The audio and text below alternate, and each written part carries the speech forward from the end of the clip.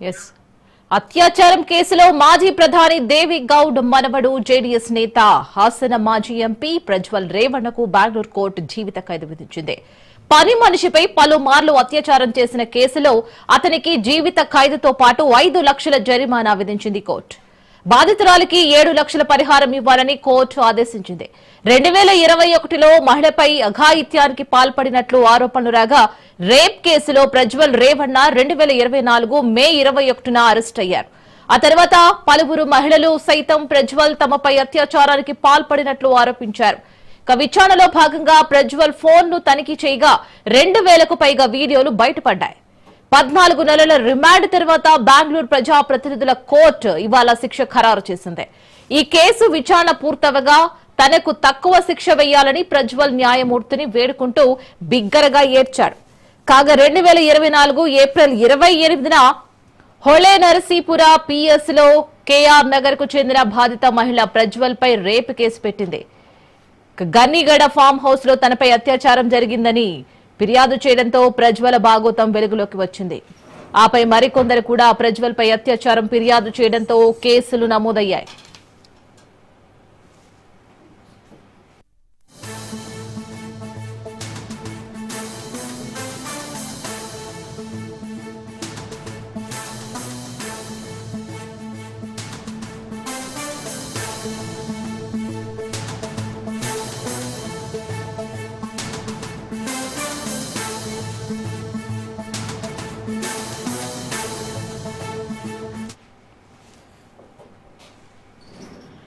అత్యాచారం కేసులో మాజీ ప్రధాని దేవేగౌడ్ మనవడు జేడీఎస్ నేత హాసన మాజీ ఎంపీ ప్రజ్వల్ రేవణ్ణకు ఈరోజు బెంగళూరు కోర్టు జీవిత ఖైదు విధించింది.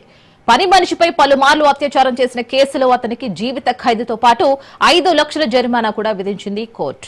సో దీనికి సంబంధించి పూర్తి డీటెయిల్స్ మా ప్రతినిధి పవన్ లైవ్ లో అందిస్తారు. పవన్, ప్రధాని దేవేగౌడ మాజీ ఎంపీ ప్రజ్వల్ రేవణ్ణకు బెంగళూరు కోర్టు జీవిత ఖైదు వేస్తూ మధ్యంతర ఉత్తర్వులు జారీ చేసింది. అయితే ఈ యొక్క పని మనిషి పైన పలుసార్లు అత్యాచారం చేసిన ఘటనలో సంబంధించి పూర్తి విచారణ తర్వాత కోర్టు ఈ యొక్క నిర్ణయం కూడా తీసుకుంది.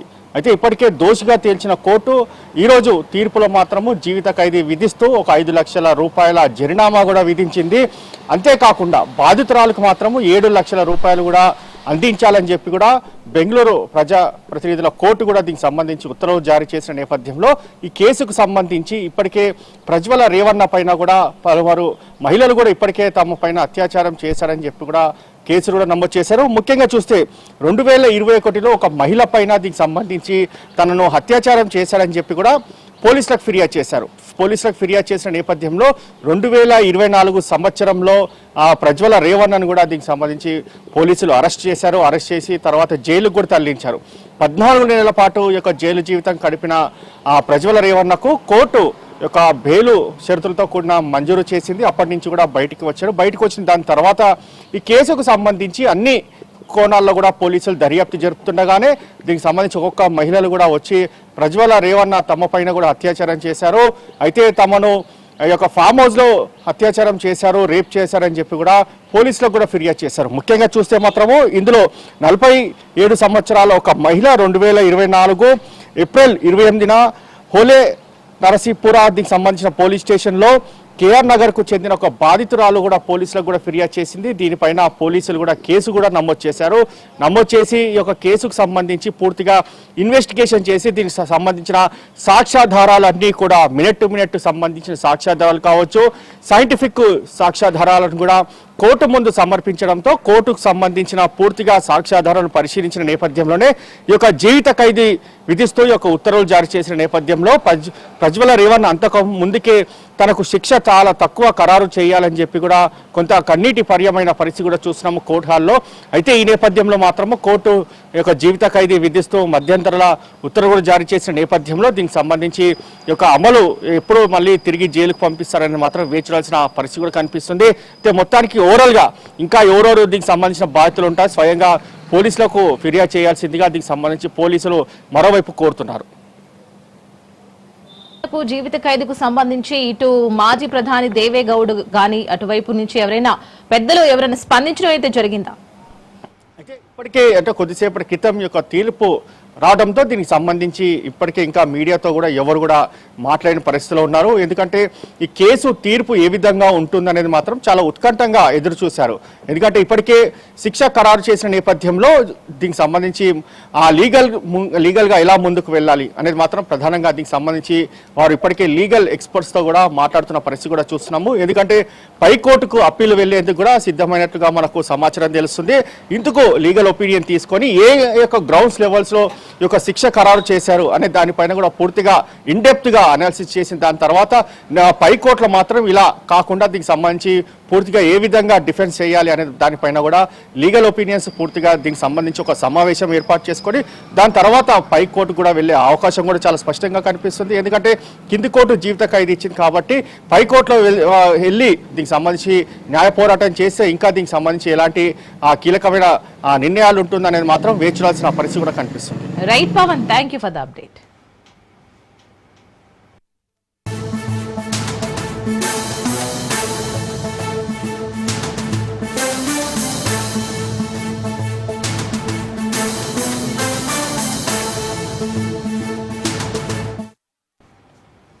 మరో బ్రేకింగ్ చూస్తున్నాం. ఎంపీ బాలశౌరి పిఏ అంటూ నిరుద్యోగులకు కుచ్చుటోపీ పెట్టిన ఘటన సంచలనం రేపుతోంది.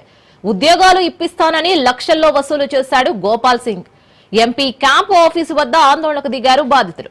ఎంపీ బాలశౌరి ఆఫీసులో గత కొన్నేళ్లుగా పనిచేస్తున్నాడు గోపాల్ సింగ్. కృష్ణావర్సిటీ, మెడికల్ కాలేజీ, విద్యుత్ శాఖలో అవుట్సోర్సింగ్ ఉద్యోగాలు ఇప్పిస్తానంటూ సుమారు 100 మంది నుంచి లక్షల్లో వసూలు చేశాడు. తమకు న్యాయం చేయాలంటూ ఎంపీ బాలశౌరి క్యాంప్ ఆఫీసు వద్ద ధర్నాకు దిగారు. ధర్నాకు దిగిన బాధితులతో పోలీసులు చర్చలు జరిపారు. స్టేషన్ కు వచ్చి ఫిర్యాదు చేయాలని కూడా పోలీసులు అంటూ ఉండగా తమకు న్యాయం జరిగే వరకు ఇక్కడి నుంచి వెళ్లమంటూ భీష్మించుకుని కూర్చున్నారు బాధితులు.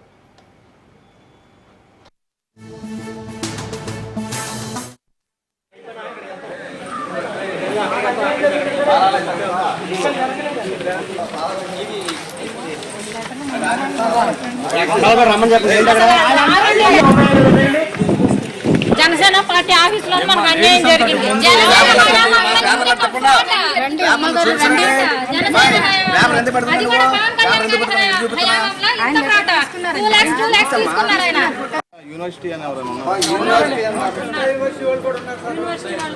మరి కరెంట్ సబ్స్టేషన్ ఉంది, యూనివర్సిటీ అని ఉంది.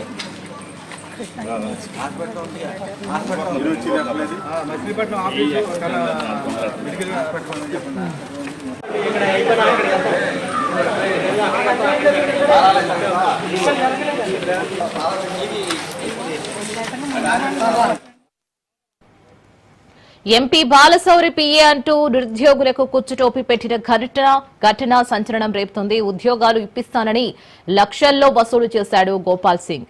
ఎంపీ క్యాంపు ఆఫీసు వద్ద ఆందోళనకు దిగారు బాధితులు. ఎంపీ బాలశౌరి ఆఫీసులో గత కొన్నేళ్లుగా పనిచేస్తున్నాడు గోపాల్ సింగ్.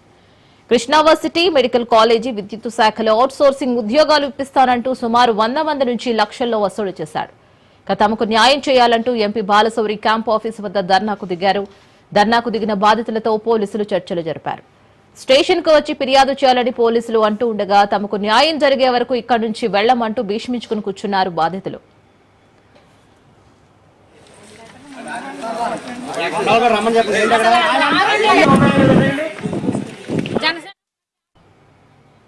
సో దీనికి సంబంధించి పూర్తి డీటెయిల్స్ మా ప్రతినిధి శ్రీనివాస్ అందిస్తారు. శ్రీనివాస్, ఇంతకీ గోపాల్ సింగ్ అనే వ్యక్తి పట్టుబడ్డా లేదా ఇంకా పరారీలో ఉన్నాడా? కృష్ణా జిల్లా మచిలీపట్నం పార్లమెంట్ సభ్యులుగా ఉన్నటువంటి వాళ్ళని బాలశౌరి దగ్గర కొంతకాలంగా పనిచేస్తున్నటువంటి గోపాల్ సింగ్ అనే వ్యక్తి అదే స్థానికంగా ఉన్నటువంటి కొంతమంది నుంచి నిరుద్యోగంలో అభ్యర్థుల నుంచి కూడా అతను ఉద్యోగాలు ఇప్పిస్తామని కొంత మొత్తంలో భారీగా డబ్బులు వసూలు చేయడం జరిగింది. అయితే ముఖ్యంగా ఏంటంటే ఈ మచిలీపట్నం మెడికల్ కాలేజీతో పాటు అట్లాగే యూనివర్సిటీ అలాగే విద్యుత్ శాఖలో ఈ 3 డిపార్ట్మెంట్స్ లో కూడా ఉద్యోగాలు ఇప్పిస్తామని చెప్పి అక్కడ కొంతకాలంగా కూడా నిరుద్యోగ యువకులకు అందించడం జరిగింది. ఈ నేపథ్యంలోనే ఒక్కొక్క దగ్గర నుంచి కూడా లక్షల్లో వసూలు చేసినట్టు కూడా బాధితులు ఆరోపిస్తా ఉన్నారు. మొత్తానికి కాపరే చేసుకున్నట్లయితే 100కు పైగా బాధితులు ఉన్నట్టు తెలుస్తా ఉంది. ఈ 100 right, thank you. Machilipatnam office medical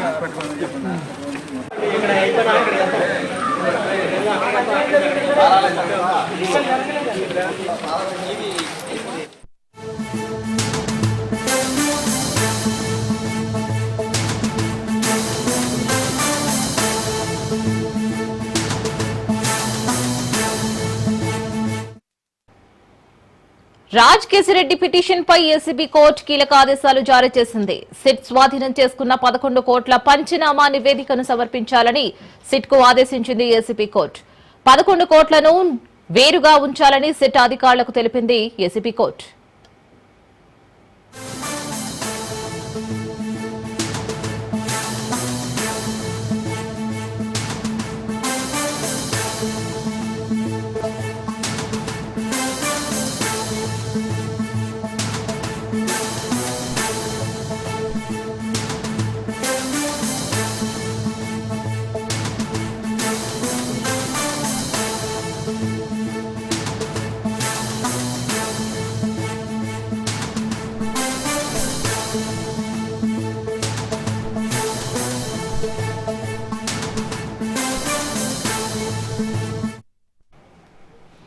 Raj Kesireddy petition పై ఏసీబీ కోర్టు కీలక ఆదేశాలు జారీ చేసింది. సిట్ స్వాధీనం చేసుకున్న 11 కోట్ల పంచనామా నివేదికను సమర్పించాలని సిట్ కు ఆదేశించింది ఏసీబీ కోర్టు.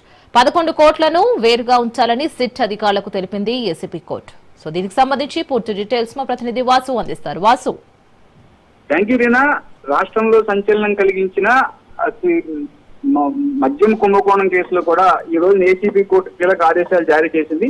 అయితే రాజ్ కేసిరెడ్డి పిటిషన్ పైన ఏసీబీ కోర్టు కీలక ఆదేశాలు జారీ చేయడం కూడా కొంత సంచలనంగా మారింది. అయితే సిట్ 3 రోజుల క్రితం హైదరాబాద్ లో స్వాధీనం చేసుకున్న 11 కోట్ల రూపాయలు ఎక్కడి నుంచి వచ్చాయో ఏంటో కూడా రాజ్ కేసిరెడ్డి ఆ పిటిషన్ లో కోరుకున్నారు. అయితే ఆ పిటిషన్ కూడా కోర్టు ఆమోదించింది. కోర్టు ఆమోదించిన మేరకు సిట్ అంటే ఎక్కడైతే అక్కడ స్థానికంగా ఉన్న పోలీసుల వద్ద నుంచి కానీ స్థానికంగా ఉన్న కోర్టు వద్ద నుంచి కానీ అనుమతి తీసుకున్న అనే అంశంపైన కూడా ప్రధానంగా జ్యుడిషియరీ కలగజేసుకోవాలని చెప్పేసి కూడా రాజ్ కేసిరెడ్డి కోరటం కూడా జరిగింది.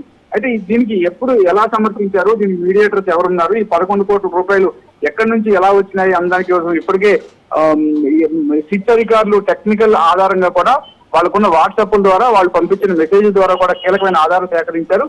అయితే ఆ ఆధారాలన్నీ కూడా గతంలోనే సిట్ అధికారులు ఏసీబీ కోర్టు పంచనామాలో కూడా ఏసీబీ కోర్టు చేసిన ప్రిలిమినరీ ఛార్జ్ షీట్ లో కూడా పేర్కొనడం కూడా జరిగింది. ఆ పేర్కొన్న సమయంలో మరింతగా ఆధారాలు కావాల్సి ఉన్న నేపథ్యంలోనే ఈ నేపథ్యాన్ని పురస్కరించుకునే ఈ సిట్ అధికారులు పంచనామా నిర్వహించి అక్కడ హైదరాబాద్ పంచనామా నిర్వహించి 11 కోట్లు కూడా సీజ్ చేసినట్టు చెప్తారు. అయితే ఈ సిట్ పంచనామా నిర్వహించే దాంట్లో అంశాలు ఏవి ఉన్నాయి, అక్కడ ఎవరైనా రెవెన్యూ అధికారులు కానీ ఇతర దీనికి సంబంధించిన ఐటీ అధికారులు కానీ అమౌంట్ ఎవరికన్నా చెప్పారా, పంచనామా చేశారా, దానికి నేరుగా పంచనామా నిర్వహించాలి, దానికి సంబంధించిన అధికారులు కూడా నివేదించాలి.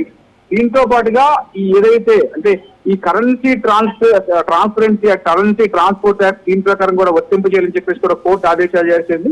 ఈ నేపథ్యంలోనే అప్పటి వరకు కూడా ఈ 11 కోట్లను వేరుగా ఉంచాలని చెప్పేసి ఏసీబీ కోర్టు సిట్ అధికారులకు ఆదేశాలు జారీ చేయడం కూడా జరిగింది. Reena. Right, thank you.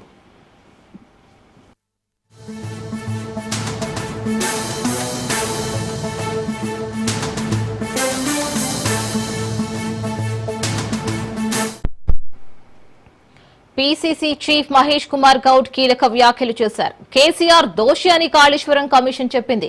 Project పేరుతో లక్షల కోట్ల రూపాయలు వృధా చేసి అప్పుల పాలు చేశారని తేల్చిందని అన్నారు. తనకి ఇష్టం ఉన్న చోట ప్రాజెక్టు కట్టాలని కేసీఆర్ ఆదేశాలు ఇచ్చారని అన్నారు. 2 పిల్లల్లో కుంగాయని అంటున్నారు. ఇది సామాన్య విషమా అని కూడా ఘాటు వ్యాఖ్యలు చేశారు. ఇక ఈ కార్ రేసులో కేటీఆర్ అవినీతికి పాల్పడలేదా, ప్రభుత్వ సొమ్ము తిన్నవాళ్లు కక్కక తప్పదు అని మహేష్ కుమార్ గౌడ్ తీవ్ర స్థాయిలో స్పందించారు.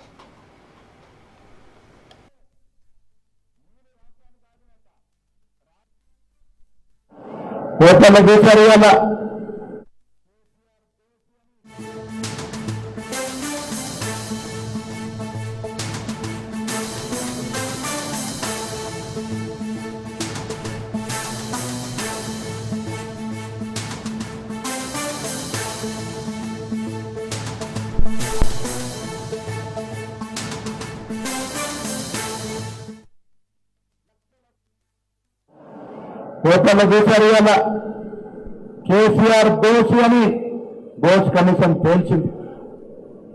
ఎందుకు దోషి? ఎన్నికలకు ముందు మనం పదే పదే చెప్పాం, గొప్పగా చెప్పుకుంటున్న పెద్ద ఆయన కాళేశ్వరం ప్రాజెక్టు. ఏమిటి కాళేశ్వరం ప్రాజెక్టు? ఎందుకు కమిషన్ ఇవ్వాల్సి వచ్చింది? ఇవాళ అన్ని తానే వివరించి లక్షల కోట్ల వృధా చేసి రాష్ట్రానికి నష్టం చేశాడు కేసీఆర్ అని కమిషన్ రిపోర్ట్ ఇచ్చింది. అలా ఇంజనీర్ చెప్పిందిల్లే, కాంట్రాక్టర్ చెప్పిందిల్లే, నేను రాష్ట్రానికి అధినేత రారాజుని నా ఇష్టం వచ్చిన నడవాలన్నాడు కాబట్టే కాళేశ్వరం ప్రాజెక్టు బీటలై కూలిపోయే పరిస్థితి వచ్చింది. ఇంకా సిగ్గు లేకుండా ఒక పిల్లలు కూలితే, 2 పిల్లలు కూలితే, 3 పిల్లలు కూలితే ఏంటని అడుగుతారు. ఒక స్లాబ్ వేసి ఇల్లుకి ఒక పిల్లలు కూలితే ఆ ఇంట్లో మీరు ఉంటారా కేటీఆర్ గారు? మీరు ఎన్నో ఇంటికి ఒక పిల్లలకు బీటలు వాడుతూ మీరు ఉంటారా? మీ పిల్లలు ఉంటారా? కాళేశ్వరం ప్రాజెక్టు కూడా కట్టాల్సిన చోట కట్టకుండా అధిక వ్యయాన్ని పోపి కేవలం కమిషన్ల కోసం కాళేశ్వరం ప్రాజెక్టు కట్టి ప్రజాధనమైనటువంటి 1,20,000 కోట్లు గోదావరి నదిలో పోశారు. దీనికి శిక్ష పడవరుగా? ప్రజలు మనకెందుకు ఓటేశారు? కేసీఆర్ కుటుంబం రాష్ట్రాన్ని దోషిస్తుంది బాబో, మీరు వచ్చి కాపాడండి అని మనకు ఓటేస్తే ప్రజల ఆకాంక్ష ఇది. బీజేపీలో వ్యక్తిగత నిర్ణయాలుండవని, సొంత అభిప్రాయాలను నాయకత్వంపై రుద్దబోమని కేంద్ర మంత్రి బండి సంజయ్ స్పష్టం చేశారు. కరీంనగర్ జిల్లా చొప్పదండిలో నిర్వహించిన సైకిళ్ల పంపిణీ కార్యక్రమం, కిసాన్ సన్మాన్ నిధి విడుదల ప్రోగ్రామ్స్ లో పాల్గొన్న బండి దేశంలో మోదీ సర్కార్ అన్ని వర్గాలను అభివృద్ది పదంలో నడిపించే బాధ్యత తీసుకుందని సంజయ్ అన్నారు. ఎరువుల సబ్సిడీ, కనీస మద్దతు ధర వంటి అంశాలతో అన్నదాతకు మోదీ అండగా నిలుస్తున్నారని కేంద్ర మంత్రి కొనియాడారు. సైకిళ్ల పంపిణీకి దేశవ్యాప్తంగా పేరొస్తోందని, ఎంపీలందరూ ఈ కార్యక్రమం గురించి వకాబు చేస్తున్నారని బండి సంతోషం వ్యక్తం చేశారు. 10th పాస్ అయిన అమ్మాయిలకు స్కూటీలు ఇచ్చేందుకు ప్రయత్నిస్తానని బండి మాటిచ్చారు.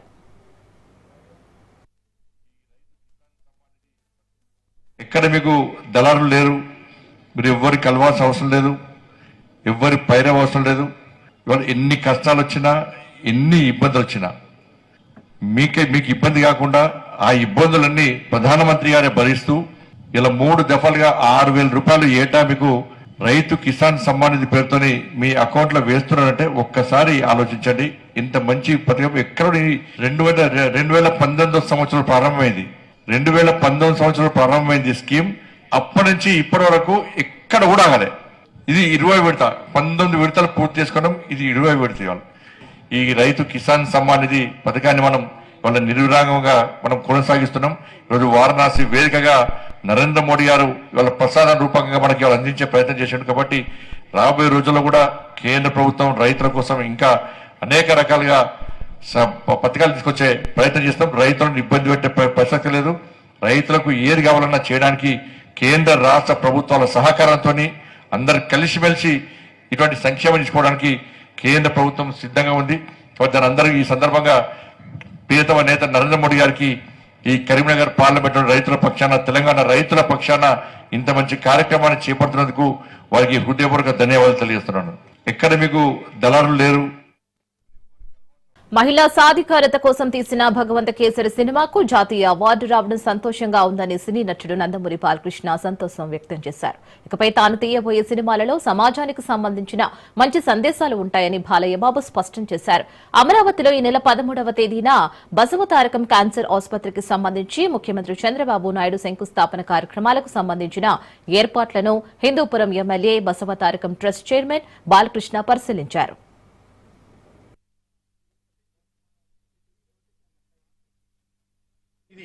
ఇది మీకు సర్వీస్ రోడ్, మెయిన్ రోడ్.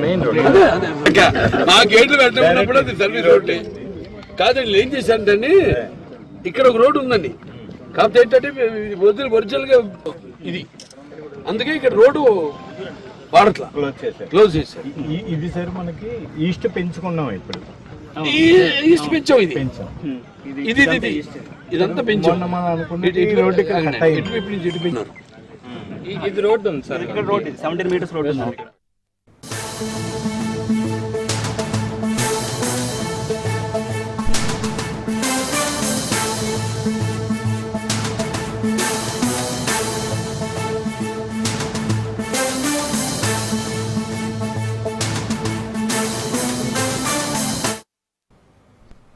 మరో బ్రేకింగ్ చూస్తున్నాం. బీఆర్ఎస్ వర్కింగ్ ప్రెసిడెంట్ మాజీ మంత్రి కేటీఆర్ వేసిన పరువు నష్టం దావా కేసులో మంత్రి కొండా సురేఖపై క్రిమినల్ కేసు నమోదు చేయాలని నాంపల్లి కోర్టు ఆదేశించింది. ప్రాథమిక సాక్ష్యాలను పరిశీలించిన నేపథ్యంలో కొండా సురేఖపై 21 ఆగస్టు 2025 లోపు క్రిమినల్ కేసు నమోదు చేసి నోటీసులు జారీ చేయాలని ఆదేశించింది కోర్టు. కేటీఆర్ పై కొండా సురేఖ నిరాధారమైన ఆరోపణలు చేశారు అన్న కేటీఆర్ న్యాయవాది వాదనలతో కోర్టు ఏకీభవించింది.